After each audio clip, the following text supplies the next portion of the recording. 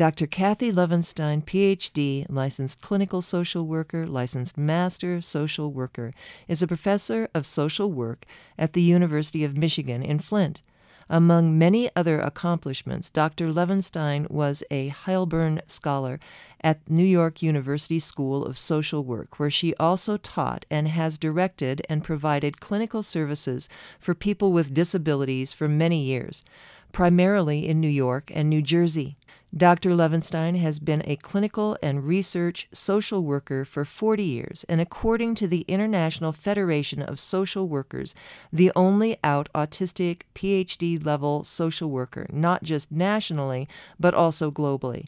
She worked as a consultant for the Archdiocese of New York and New Jersey, Amnesty International, Human Rights Watch, and at the nation's largest insurer authorizing care for autistics and investigating fraud before beginning life as a full-time academic and researcher. Her research and advocacy work includes human and civil rights violations against the autistic community.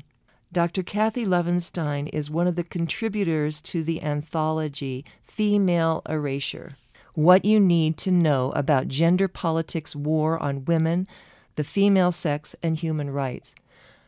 The Deep Green Resistance Women's Caucus is very honored to present this interview with Dr. Kathy Levinstein. Dr. Kathy Levinstein is joining us. Kathy, welcome. It's good to have you here. Good to be here. Could you talk a little bit about your work? You've done so much. What I've been really focused on for the last few years, I originally was studying human rights violations against autistics in psychiatric hospitals where we're restrained and given inappropriate meds that cause paradoxical toxic reactions, and also applied behavioral analysis where we're trapped in chairs and deprived of food and water and given electroshock and slaps and pinches and noxious odors to make us look neurotypical. But in the last year or so, I would say I've been focusing on autistic violations in the area of what's called gender-confirming surgeries. And what that really amounts to is, and focusing on specifically autistic women, although I know a lot about autistic men, but I'm focusing on autistic women and our issues. And those issues have to do with a tremendous overlap between the trans and autistic communities and autistic women who, when we have sensory issues related to periods or breasts or childbirth, instead of treating those issues with sensory support, we're told that we're trans now, that we must really be men. And so what happens is that our breasts are removed. There's a bottom surgery that is 5 surgeries if it goes well, where some sort of penis is put on that doesn't really function. Oftentimes those don't go well. You have a complete hysterectomy. They take half of your arm off to make this penis that doesn't work. We're told that we're really men. But my concern is that autistic people are being taken advantage of, autistic women in particular, and we're being sterilized, and sterilization of the disabled is always a concern for me. So when did this begin to happen, when this change that you've seen in treatment? Well, there was sort of a personal experience where I have a daughter who thought she was a butch lesbian most of her life, and she went to a PFLAG meeting and watched a show on TV, Degrassi, where they had a trans character, and she all of a sudden said, I'm not a butch lesbian, I'm trans. And she went to a gender therapist twice. By their code of ethics, you're supposed to go for 1 year before you're given the green light to get what they call gender-confirming surgery, which is actually breast amputation. But she was given the green light after 2 sessions to have breast amputation. And I think that had to do with that we had medical insurance that covered it, which many people don't. So she was green lighted very quickly and had her breast amputated, and has been on hormones, testosterone now for almost 2 years. And so I got to see her experience, but also a lot of her comrades who are also women who think that they're men at this point and are also going through testosterone and what are called gender-confirming surgeries. So I have kind of a close-up, bird's eye view of it all. And then I just started to look at the broader population, how many autistics, and autistic women feel that they're transgender. Why is that? When you ask them why they think that is, how much of it has to do with sensory issues related to autism. I think there's a lot of them. And it's hard to get research published in this area in peer-reviewed journals because if you ask any questions, you're called transphobic. So most of the research, and I think it's just 4 articles at this point, have been done out of the U.S. Regarding the link between being autistic and being transgender. But it's true. And I think in 20 years down the line, people will look back and see this as a real violation against autistic women, a sterilization of autistic women, and a real mutilation. But it's not looked at this way at this point. So 20 years ago, this wasn't happening? I don't think it was happening. I think that, for a variety of different reasons, and one of them has to do with targeting, I think, lesbian populations and targeting feminist populations. I think they've always been trying to get rid of us, so this way, emerged, and it's been pretty successful. So I think there's a political piece of it too, other than the greed. I mean, the breast amputation is $30,000, the bottom surgery is $150,000. I mean, other than those issues, I think there's also an issue of erasing lesbian populations or non-conforming women. And so this targeting that's happening, it sounds like there's a lot of money, as you said, in the surgeries themselves. And the targeting comes from gender politics in general? I call it sometimes a trans-medical industrial complex because you have gender therapists, really none of whom are PhD level. They're all master's level people, generally social workers, I'm sad to say, who are, sending people down the pipeline pretty quickly. They're often not waiting the recommended year. And then in our case, my daughter was a special ed student her whole life. There were no records reviewed. She had another therapist for a decade that the gender therapist never spoke to. At the time of the surgery, she wasn't even the payee on her own Social Security check. So I don't think that she should have really been considered for gender surgery, or certainly there should have been more questions asked. But it's not just the surgeons, it's also the gender therapists, which are a growing metropolis of people. There's also the endocrinologists who make money lifelong. If you have to be on hormones, that are the opposite of your sex the rest of your life, that's a tremendous amount of money, not just for the endocrinologist who you have to see every month, but also for Big Pharma who sells the testosterone or the estrogen in the case of, autistic men. And this is a lifelong medication process that you enter. And as a young adult, sometimes I have read as even a minor. Is that correct? Yes, there's many children, 8 years old, 6 years old, 7 years old, and I think the parents think they're doing the right thing. I think they think they're being helpful because there's really no other research out there. When my daughter was handed the testosterone, she was told, it was 30 pages of warnings, and she was told, well, we really don't have any long-term studies on this yet. And the studies that are starting to emerge are showing when women take testosterone, there's early heart attacks, there's bone loss. I think again, down the road, we're going to see there's a lot of health implications with this being the solution to sensory problems for autistic women. When you talk about sensory problems for autistic women, can you explain Right. that a little bit more for our listeners that aren't familiar with that therapy? Right. Well, first of all, autistic women, we have a lot of testosterone in our bodies. It doesn't make us men. It just makes us women that have a lot of testosterone in our bodies. So oftentimes we have difficult periods, painful periods. And rather than, give us, maybe swimming or some kind of, assistance with heat for the pain or an opiate or whatever might, take away the pain, instead there's, hysterectomies offered and testosterone to wipe out our periods. But most autistic women have very difficult periods. Sometimes our breasts are difficult for us. They get in the way. They're heavy. Even if they're small, they hurt us. But again, there's other ways to deal with that.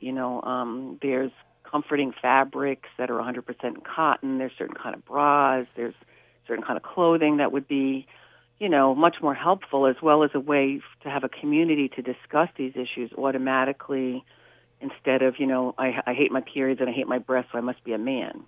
That conclusion I think is erroneous. And I think there's very cult-like features as well, I think, that are, a part of this whole trans-medical industrial complex. But I think at the head of it is a lot of wealthy, white, privileged men that are running the show. And that, of course, threaten us when we talk about this. And there's also a lot of cultural messages. You see them out there all the time. I know that the recent issue of the National Geographic featured this Yes. whole gender issue piece. So the culture is really, and the media is putting it out there in one way and not talking about it in any other way that I see. Is that accurate in your estimation? Yes. And I think if we were calling these children autistic instead of trans, if we were saying, we're sterilizing autistic people, we're taking off breasts of autistic women, we're doing 5 surgeries on the vaginas of autistic women that wind up with, mutilating their genitals and leaving them forever more sterilized, I think somebody would be saying, wait a minute, that doesn't sound right. But because it's labeled as transgender children, the thought is that there's a supportive element to giving them hormones and doing surgeries. This is very personal for you as well, and I don't know if you want to share anything more about your daughter's experiences at this point. Well, my daughter, has severe Crohn's disease, so she was never even a candidate for testosterone or, the bottom surgery at all. She should have automatically been off the list, never mind the autism and the Social Security payee. And, it's not in her best interest. And as a result of being on testosterone, she's been hospitalized. It's now 9 times for absorption issues. She's really struggling with this. And the only thing she cares about is, her beard and her mustache because she wants to, have everybody know that she's a man. And so I don't even know what the long-term effects are going to be. If she does kind of wake up, she's only 20 years old, but, has a functioning level, more of a 9-year-old. And when she had the surgery, it was 2 years ago, so it was a functioning level that was even younger. What if she wakes up in 10 years and she wants to have a child? Or she wants her breasts back, or she wants her vagina back, or, it's going to be too late. These are lifelong decisions that really children are making, and sometimes disabled populations. And I don't want to sort of be patronizing to disabled populations and say we can't make decisions for ourselves, but I think the fact that there's such secrecy shrouded around the link between autism and transgender populations makes me wonder why that is, why it's not a more open conversation, why we're not saying out loud, these are autistic women who are going to be disabled forever, sterilized forever, rather. Why are we not having that conversation? Why are we assuming they're transgender, and why are we keeping it in the shadows that these are autistic women that we're talking about? Those are really, really good questions, and I am very honored to have been able to invite you to speak. Is there anything else that you want to share that is important right now before we close the interview? Well, I would just want people to know that women like myself that are speaking out, we're threatened with, rape and murder of our children, pouring gasoline on us, beheading us, and then ejaculating into our mouths once we're dead. So there's a real risk for us. I've also been threatened professionally. People have threatened to go to the licensing board because they think I'm some horrible human being. So I think there's a real risk in this, and the women who are doing this are very brave, and I think someday we're going to thank them, when we look back, and history down the road, I think, is going to see this very differently than mainstream media is portraying it right now. Thank you once again for being here. You are courageous and coming out to talk about these issues and about your personal experiences. Thank you. Thanks so much. An interview with Dr. Kathy Levinstein appears in the anthology Female Erasure, What You Need to Know About Gender Politics War on Women, the Female Sex, and Human Rights. From Chapter 33, social work professor speaks out on behalf of her female-to-male autistic daughter. I quote Dr. Levinstein. My daughter, who is on the autism spectrum, as am I, is now 19 years old. She had felt and told others that she was a lesbian most of her life. When she was 16, she began watching a TV show called Degrassi, which featured a female-to-male character. After a few weeks, she announced that she was not actually a butch lesbian, as she had previously said, but was in fact trans. She started attending a local PFLAG meeting where she met many trans people, including a number of female-to-male trans teenagers who were raving about a certain gender therapist. Although the APA recommends a minimum of 1 year of gender counseling before surgery, this gender therapist, whom I consented to before really understanding what I was doing, gave my daughter the go-ahead to have a bilateral mastectomy after only 2 sessions. I consented to the gender therapist, believing that the therapist would help to sort out my child's feelings. I did not understand that it would be a rapid rubber stamp. This gender specialist never reviewed any of the special ed records or spoke to my daughter's previous therapist, who had known her for a decade, and crucially, she never asked my daughter, "Might you be a lesbian?" Read more of this interview in the anthology Female Erasure. The DGR Women's Caucus thanks you for listening to this interview with Dr. Kathy Levinstein.